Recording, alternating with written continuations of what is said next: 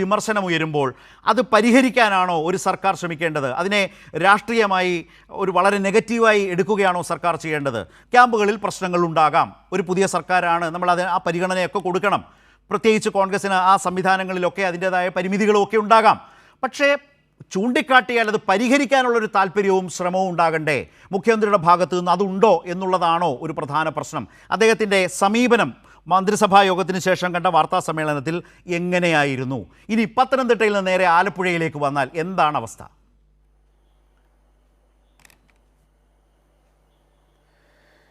ഇത്തരമൊരു കാര്യം ഉണ്ടാകുന്ന സമയത്ത് ഒന്ന് ഗവൺമെൻറ്, ഏത് ഗവൺമെൻറ് ആണെങ്കിലും, LDF ആണെങ്കിലും UDF ആണെങ്കിലും, ഇതുപോലെയുള്ളൊരു ക്രൈസിസ് വരുന്ന സമയത്ത് ശരിയായി സിസ്റ്റം പ്രവർത്തിപ്പിക്കുക എന്നുള്ളത് പ്രധാനപ്പെട്ട കാര്യമാണ്.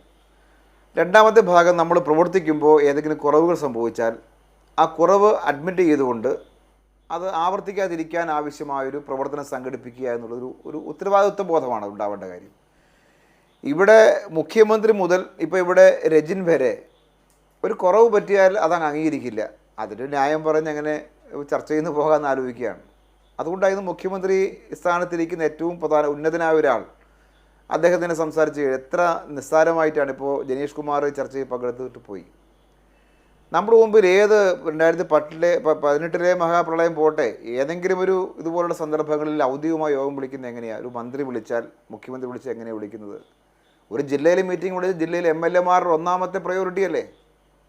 അത് കഴിഞ്ഞാൽ ജില്ലാ കളക്ടർ കോർഡിനേറ്റ് ചെയ്യുന്ന ആൾ ജില്ലാ കളക്ടർ പ്രാധാന്യം ഉണ്ടാകും. പക്ഷേ പ്രോട്ടോകോൾ അനുസരിച്ചിട്ട് ആദ്യം വിളിക്കേണ്ട MLA-മാരെയാണ്. അദ്ദേഹം പറഞ്ഞത് എന്താ? MLA-മാരെ ക്ഷണിച്ചിരുന്നില്ല. പിന്നെ ഇദ്ദേഹത്തിൻ്റെ ഔദാര്യമാണോ? അവരുടെ റൈറ്റ് അല്ലേ? അത് മുഖ്യമന്ത്രി വിളിച്ചില്ല എന്ന് പറഞ്ഞാൽ വിളിക്കാതിരിക്കാൻ കാര്യം എന്ത്? വിളിച്ചില്ലെന്ന് പറയാൻ, വിളിച്ചില്ല എന്ന് പറയുക ആരൊക്കെയോ അവിടെയൊക്കെ വന്നു എന്നാണ്. എന്ന് പറഞ്ഞാൽ പ്രതിപക്ഷ MLA ഒഴിച്ച് ബാക്കി എല്ലാ ഭരണകക്ഷി MLA-മാരും വന്നു. സീരിയസ് ആയ കാര്യം, അവിടുത്തെ ഔദ്യോഗികമായ യോഗത്തിൽ നാട്ടിലെ കോൺഗ്രസ് നേതാക്കന്മാർ കയറിയിരിക്കുകയാണ്. ഇരിക്കാൻ പറ്റില്ല എന്ന് മുഖ്യമന്ത്രി പറയാം, അല്ലെ മന്ത്രിമാർ പറയണ്ടേ? CM-ൻ്റെ മീറ്റിംഗ് മാത്രമല്ല, വിഷ്ണുനാഥിൻ്റെ മീറ്റിംഗ് എന്ന് നോക്ക്. ആ നാട്ടിലെ പ്രാദേശികമായ കോൺഗ്രസിൻ്റെ ഭാരവാഹികളെല്ലാം കൂടി കയറിയിരിക്കുകയാണ്. യൂത്ത് കോൺഗ്രസിൻ്റെ ഭാരവാഹികൾ കയറിയിരിക്കുകയാണ്. അത് ഇപ്പോൾ LDF ഭരിക്കുന്ന സമയത്ത് ഇതുപോലെ ഔദ്യോഗികമായോ മുഖ്യമന്ത്രി വിളിച്ചാൽ, മന്ത്രിമാർ വിളിച്ചാൽ, അവിടെയെല്ലാം നാട്ടിലെ CPM നേതാക്കന്മാർ വന്നിരിക്കുമോ? രാഷ്ട്രീയ പാർട്ടി നേതാക്കന്മാർ വിളിച്ചാൽ അവർ വരും. അല്ലെങ്കിൽ ഔദ്യോഗിക സ്വഭാവത്തിലാണ് ഉദ്യോഗസ്ഥന്മാർ, MLA-മാർ, മറ്റ് ജനപ്രതിനിധികൾ, ഈ പറഞ്ഞ പോലെയുള്ള ആളുകളാണ് സ്വാഭാവികമായിട്ട് മീറ്റിങ്ങിൽ പങ്കെടുക്കുന്നത്. അങ്ങനെയാണ് ഒരു ഔദ്യോഗിക സ്വഭാവം. ഇത് ഔദ്യോഗികമായ സ്വഭാവം തന്നെ ഒരു യോഗത്തിൻ്റെ സ്വഭാവം പോലും നഷ്ടപ്പെടുത്തിയിട്ട് ഈ പറഞ്ഞ നേരം ദിനേശ് കുമാർ പറഞ്ഞ ഒരു കോൺഗ്രസ് പരിപാടി പോലെ മാറ്റുന്നു. അതാണ് ഒരു പ്രശ്നം. ഇവിടെ രാഷ്ട്രീയമായി പ്രശ്നത്തെ കാണേണ്ടതില്ല. അത് ഞങ്ങളുടെ നിലപാട് തന്നെയാണ് ആ കാര്യം. പക്ഷേ ചില വീഴ്ചകൾ വരുമ്പോൾ ഇത് ചൂണ്ടിക്കാണിക്കേണ്ടി വരുന്നു എന്നുള്ള പ്രശ്നം. ഇപ്പോൾ ആലപ്പുഴയുമായി ബന്ധപ്പെട്ട് പറഞ്ഞാൽ, ഇപ്പോൾ തോട്ടപ്പള്ളി സ്പിൽവേ എന്ന് പറയുന്നത് ആലപ്പുഴ ജില്ലയെ സംബന്ധിച്ച് മാത്രമല്ല, പത്തനംതിട്ട ജില്ല ഉൾപ്പെടെ ബാധകമാകുന്ന കാര്യമാണ്. ഇപ്പോൾ പമ്പയാറ്, അച്ചൻകോവിലാറ്, മണിമലയാറ്, ഇവിടെ നിന്നെല്ലാം ഒഴുകി എത്തുന്ന ജലം ഡിസ്ചാർജ് ചെയ്യേണ്ട പ്രധാനപ്പെട്ട പോയിന്റ് തോട്ടപ്പള്ളി സ്പിൽവേ ആണ്. ആലപ്പുഴ ജില്ലയെ സംബന്ധിച്ച് നോക്കിയാൽ തണ്ണീർമുക്ക ബണ്ടും തോട്ടപ്പള്ളി സ്പിൽവേയുമാണ് സമുദ്രത്തിലേക്ക് ജലം ഒഴുക്കിക്കളയാൻ വേണ്ടിയുള്ള ഏറ്റവും പ്രധാനപ്പെട്ട മാർഗം. ആ മാർഗം നമ്മൾ നിർമ്മിച്ചതാണത്. അത് 2018 പ്രളയം വന്നതിന് ശേഷം ഒരു സയൻറ്റിഫിക്കായൊരു പഠനം നടത്തി അതിന് റിപ്പോർട്ട് വന്നു. റിപ്പോർട്ട് വന്നപ്പോൾ പറഞ്ഞ കാര്യം എന്താ? മുൻപ് തോട്ടപ്പള്ളി പൊഴിമുറിക്കുന്നത് ചെറിയ രീതിയിലാണ്.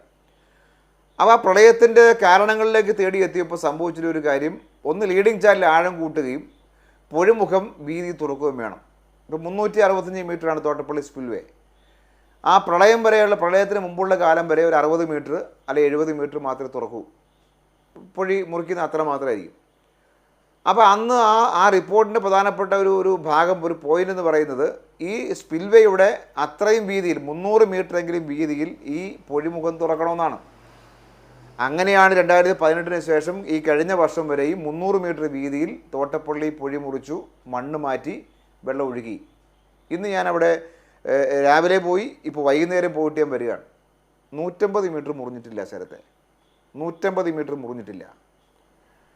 അപ്പോൾ അവിടെ വന്ന് ആ 150 മീറ്റർ ആയാലും 50 മീറ്റർ ആയാലും വെള്ളം ഒഴുകുമ്പോൾ ഒഴുകുന്ന വെള്ളത്തിലേക്ക് നോക്കിയാൽ നല്ല ഒഴുക്ക് പോലെ തോന്നും. പക്ഷേ ഡിസ്ചാർജ് കുറയുകയാണ്. 1800 ക്യൂബിക് മീറ്ററിൽ കൂടുതൽ ഒഴുക്കാൻ പറ്റ കപ്പാസിറ്റി ഇത്രയും പൂർണ്ണമായി മുറിച്ചാലുണ്ട്. അവിടെ അതിന് 1/3 മാത്രമേ ഡിസ്ചാർജ് ചെയ്യപ്പെടുന്നുള്ളൂ. അതുകൊണ്ടാണ് ഈ കിഴക്ക് കുട്ടനാട് ഇപ്പോൾ 12 പഞ്ചായത്ത് മൊത്തം മുങ്ങിയിരിക്കുകയാണ്. അമ്പലപ്പുഴയുടെ കിഴക്കൻ പ്രദേശം എല്ലാം ചില പാടശേരം മട വീണു. കരിമാടി പോലെയുള്ള സ്ഥലത്ത് ഇപ്പോൾ പാടശേര മട വീണു. ഞാനിപ്പോൾ ഒരു ക്യാമ്പിൽ നിന്ന് ഇങ്ങോട്ട് വരുന്നത്, പുന്നപ്രയിൽ ഒരു ക്യാമ്പിൽ. ഇത് നമ്മൾ വിചാരിക്കാത്ത നിലയിൽ 2018 സമാനമായ രൂപത്തിൽ കുട്ടനാടിൻ്റെ പ്രത്യേക അവസ്ഥ നോക്കിയാൽ അങ്ങനെ നിൽക്കുന്നു. എന്തുകൊണ്ടാണ്? ഞാൻ സലാം മഴ പെയ്ത്ത് നിന്നിട്ടും വെള്ളം താഴുന്നില്ല. ഒരു കാര്യം ഓർത്തത് നമുക്ക് കുട്ടനാട്ടിലെ MLA ആ കാര്യത്തിൽ ഒരു ഇടപെടൽ നടത്തിയതായി തന്നെ പറയേണ്ടതായി വരുന്നുണ്ടോ താങ്കളെ സംബന്ധിച്ച്? കാരണം മാസങ്ങൾക്ക് മുമ്പ് ഈ കുട്ടനാടിന് കനത്ത മഴ വന്നാൽ ഈ അപകടം ഉണ്ടാകും എന്ന തിരിച്ചറിവോടെ അദ്ദേഹം തോട്ടപ്പള്ളിയിൽ വന്ന് കാണുകയും വന്ന് അമ്പലപ്പുഴ MLAക്ക് അത് ഇഷ്ടപ്പെടാതെ വരികയും ഇദ്ദേഹത്തെ നേരെ കയർക്കുകയും അത് വിവാദമായിട്ടൊക്കെ എല്ലാവരും സെലിബ്രേറ്റ് ചെയ്തു. പക്ഷേ കുട്ടനാട്ടുകാർക്ക് ഗുണമാകുന്ന തീരുമാനം ഉണ്ടായില്ല എന്നാണ് എനിക്ക് സലാം ഇപ്പോൾ പറയുമ്പോൾ തോന്നുന്നൊരു പ്രധാനപ്പെട്ട കാര്യം സർക്കാരിൻ്റെ ഭാഗത്ത് നിന്ന്. ശരത്തെ ആ വിവാദം അവിടെ നിന്നില്ല. ആ കുട്ടനാട് MLA അവിടെ വരാൻ ഒരു പ്രശ്നം എന്താ വന്നാൽ എന്താ കുഴപ്പം? ഔദ്യോഗികമായി മീറ്റിംഗ് കൂടാൻ വന്നതല്ല. തോട്ടപ്പള്ളി സ്പിൽവേയുടെ ഫങ്ഷനിങ്ങുമായി ബന്ധപ്പെട്ട് നമ്മൾ ചിന്തിച്ചാൽ അമ്പലപ്പുഴയേക്കാളും കുട്ടനാടിലും ബാധകമായൊരു കാര്യമാണത്. അദ്ദേഹം ഇവിടെ വന്നു. അദ്ദേഹത്തെ ആക്ഷേപിക്കേണ്ട കാര്യമില്ല. അദ്ദേഹത്തെ ആക്ഷേപിച്ചു അമ്പലപ്പുഴ MLA. ഇവർ തമ്മിലുള്ള ഈഗോയാണ് യഥാർത്ഥത്തിൽ ഇത് സമയത്ത് ഈ പൊഴി മുറിക്കാൻ കഴിയാതെ വന്നതെന്നാണ് ഞാൻ വിചാരിക്കുന്നത്. കാരണം LDF ഗവൺമെൻറ് ഭരിക്കുന്ന കഴിഞ്ഞ വർഷം വരെയും മെയ് മാസം ടെൻഡർ ചെയ്യും പൊഴിമുറിക്കൽ. മെയ് മാസം, നമ്മളിപ്പോൾ സംസാരിക്കുന്നത് ഓഗസ്റ്റ് മാസം 5-ാം തീയതിയാണ്. ശരത്തെ അതിന് ഫയൽ പരിശോധിച്ചോ? ജില്ലാ ഭരണകൂടം നേതൃത്വം കൊടുത്തൊരു മീറ്റിംഗ് ഇതുമായി ബന്ധപ്പെട്ട് വിളിച്ചിട്ടില്ല. ഇന്നിപ്പോൾ ഒരു മീറ്റിംഗ് കൂടി എന്ന് പറയുന്നത് കേട്ടു. അഡ്വാൻസായി ഒരു വർക്കുണ്ടല്ലോ, അതിൻ്റെ ഭാഗമായിട്ട് ഇറിഗേഷൻ ഡിപ്പാർട്ട്മെൻറ്റ് ഈ പൊഴിമുറിക്കാൻ ടെൻഡർ ചെയ്തിട്ടില്ല. ഇപ്പോഴും ഞാൻ ഈ സംസാരിക്കുന്ന സമയത്തും ടെൻഡർ ചെയ്തിട്ടില്ല.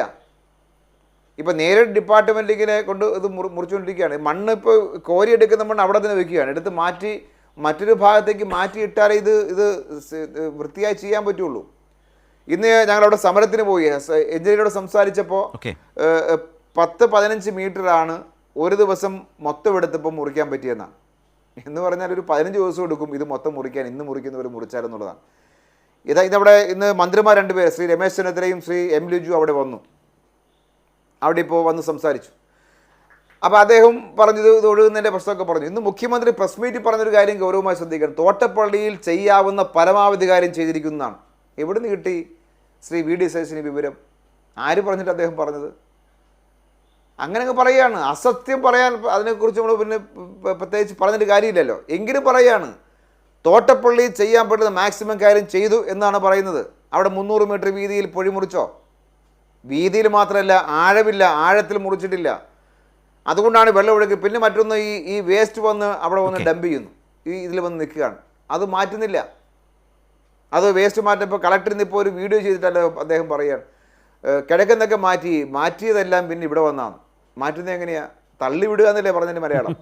മാറ്റുക എന്ന് പറഞ്ഞാൽ അവിടുന്ന് ഒരു പാലത്തിന് എവിടെ വന്ന് അടിഞ്ഞാൽ അവിടെ നിന്ന് കോരി കരയിലേക്ക് മാറ്റണ്ടേ? അവിടെ ഉന്തി വെള്ളത്തിലേക്ക് തള്ളിവിടുമ്പോൾ വീണ്ടും ഇവിടെ വരുന്നു. അദ്ദേഹം പറഞ്ഞൊരു വീഡിയോ നോക്കിയാൽ അങ്ങനെയാണ്. കളക്ടർ അനാവശ്യമായി ന്യായീകരിക്കാൻ നിൽക്കാതിരിക്കുന്നത്, ആലപ്പുഴ കളക്ടർ അനാവശ്യമായി ഇത്തരം തെറ്റായ കാര്യത്തെ ന്യായീകരിക്കാൻ നിൽക്കാതിരിക്കുന്നതാണ് നല്ലത്.